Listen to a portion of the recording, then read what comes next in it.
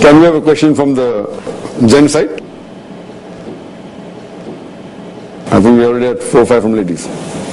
Any gents? Wa alaikum assalam wa rahmatullahi wa barakatuh. What would you suggest? Before you say I do, after you say I do? Before you say I do. You married? Not married? No, I'm not married. MashaAllah. So before you say I do. Yeah. What would you suggest for the reverts to Islam? I mean, should they live with their parents, or maybe should they prefer a revert as well? So, I mean, could you just throw some light on this? Well, ask the question that what is your suggestion for reverts, and I believe that Brother Shams is a revert. Alhamdulillah. What's suggestion for a revert?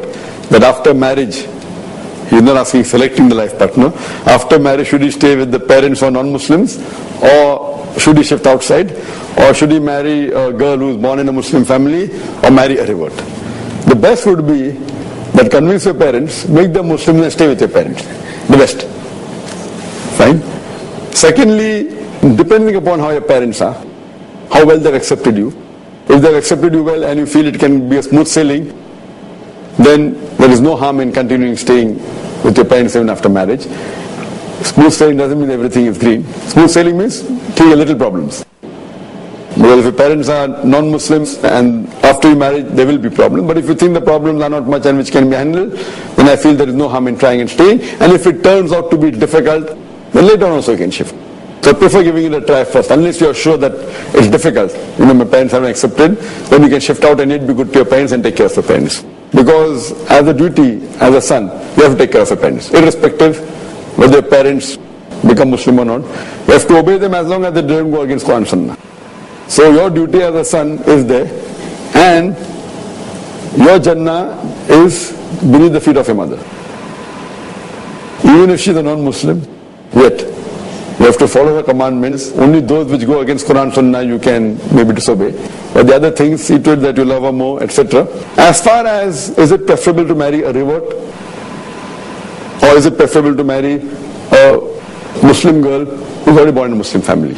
Again, who is more virtuous of the two, you marry her. So you find a virtuous girl who's a revert, compared to a girl who's already born in a Muslim family, but following more of culture and not following Islam, then the virtuous girl is more important. But if you get a girl in a Muslim family, she's more virtuous and this girl is less virtuous, then better marry a girl who's born in a Muslim family. But if exactly both are on the same level, if you say everything is same, the beauty is same, the wealth is same, nobody is same, virtue is same, then which is better? Then I would say that out of the two, the better would be marry a girl who's born in a Muslim family. Because then there will be pressure from two sides. There will be pressure from your wife's side and from your side to handle the in-laws. So that will be maybe a little bit of a more burden. At least you get support from one side. But if the revert is very virtuous and very strong, high taqwa, then the other girl who's born in a Muslim family may get family support, but taqwa is not high, then better marry a girl who has high taqwa and is a revert. But generally, if both is same, I would prefer that, normally people think, oh, revert is better. Yes, it can be in some cases, but not always. You are revert, so easily acceptable. But then many a time, many things may not be known which is known to a person who is born in a Muslim family, brought up in a Muslim family, and you may do things which are wrong and which is normally known by the Muslims because of regular action. And then the pressure from both the sides may be too difficult to handle. Or maybe, so there are more chances of deviating from the truth. Not that you will, depend upon each one's taqwa. If taqwa is strong, nothing can shake. Taqwa and the iman is strong, nothing can shake. But if both are average, virtue, average, everything, so I would personally suggest that it's preferable that a revert marries a person who's born in a Muslim family. But again, virtue is more important criteria than only this. Hope that answers the question. Any sisters have any questions? Assalamu alaikum. Wa alaikum assalam wa rahmatullahi wa barakatuh. I want to know what would comprise of an ideal Islamic nikah. Sister asked the question that what would comprise of an ideal Islamic nikah, yes. Ideal Islamic nikah. If both the spouses are ideal Muslims, then inshallah the nikah also would be ideal. That's number one criteria. If both of them, they would be husband and wife, ideal Muslims, alhamdulillah, automatically the nikah will be ideal. But in terms of other things, our beloved Prophet ﷺ said that the best marriage is that in which the least expense is made. See to it that it's not extravagant. We are talking more about the function rather than, after selection of the husband and wife. See to it that the nikah ceremony you do it should be Islamic. Most of the people are more involved in saying how glamorous it is, what food will I serve, what decoration will I do, and that is the reason they require at least few months or maybe a year to prepare. So see to it that the marriage is on Islamic guidelines. See to it is simple. And the Prophet said the best marriage is that in which the least expense is made. Further, Prophet also said that make nikah so simple that zina becomes difficult. Now, nikah has become so difficult and zina is so easy. Nikah means, mere paas kam as kam 5-10 lakh hona chahiye, 5-10 lakhs I should have. Maybe at least I have $50,000, then I can do the nikah, otherwise it's difficult. And zina, easy, few hundred rupees.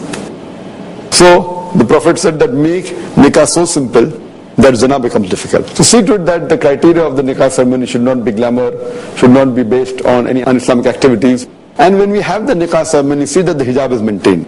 Normally in our Muslim society, unfortunately, normally we have a lot of intermingling of the sexes during nikah ceremony. Or they may do nikah in a masjid and then have a grand walima. Walima is one of the important, very important sunnah, that after the marriage takes place, preferably after consummating, walima is given, That's good, alhamdulillah, sunnah. But they want to know nikah simple. When nikah is simple, now walima is not mentioned, walima you do grand. And then you have in a big ground, of decoration, then you spend 50 lakhs, 1 crore, whatever it is. So as far as the nikah to be on the Islamic guidelines, see to it that besides the would-be husband and wife being Islamic, even the atmosphere is Islamic, there should not be intermingling of sexes when you have the reception. See to it that there's separate section for the ladies, separate for the gents. Some places you have separate section for ladies, separate for gents, but the stage is common. It doesn't make sense. You have separate sections, but stage is common. You want to display a wife, I'm going to marry such a beautiful girl. Everyone comes and hello, Mubarak ho. So it is not Islamic at all. Hijab has to be maintained. So see to it that the hijab is maintained. The ladies looking at a wife, no problem. Gents looking at you, no problem. Gents looking at the gents, no problem. And see to it that some places you have segregation of sexes, different stage, but then you have waiters, gents waiters going in ladies section. So it's very important. See to it that the hijab is maintained correctly. And this can be discussed even when you're asking questions. My sister asks, what is the list of questions? I can ask her which level of interview, first, second or third. When the final stage is, then we can go into the discussion also that how is the nikah going to take place, it will be Islamic guidelines and everything. And see to it that the haram activities like music is not played during the nikah ceremony, there is not too much extravagance, not too much of glamour. It should be simple, nikah can be done very simple. See to it that the meher is fixed as per Islamic guidelines. And one thing that should be given importance to is that see to it that when people come, they, mashallah, the people who you call should get rather a da'wah or a message that it is based on Islamic guidelines. And you inspire other people to follow such acts rather than our so-called culture. That a person, tries to click business deals. I'm a businessman, so I have to click business deals, I have to make it posh. Fine, if the person is really stinking rich and if he spends based on his wealth, it's acceptable. But see to it, he doesn't do haram things like music, intermingling of sexes, etc. That's very important. So there are just a few points that how a nikah ceremony can be conducted. And see to it that what is haram in Islam, all the harams, all the list is avoided. And try and do as much as things which are mustahab. Simplicity, instead of spending 10-20 lakhs, you can give that in charity, or you can use that money for telling the word of Allah subhanahu wa ta'ala, and inshallah your life will be more successful. If you give it the way of Allah subhanahu wa ta'ala, if Allah has given you, so that thing would inshallah be a benefit for your married life to be conducted in a better way. Hope that answers the question, sister.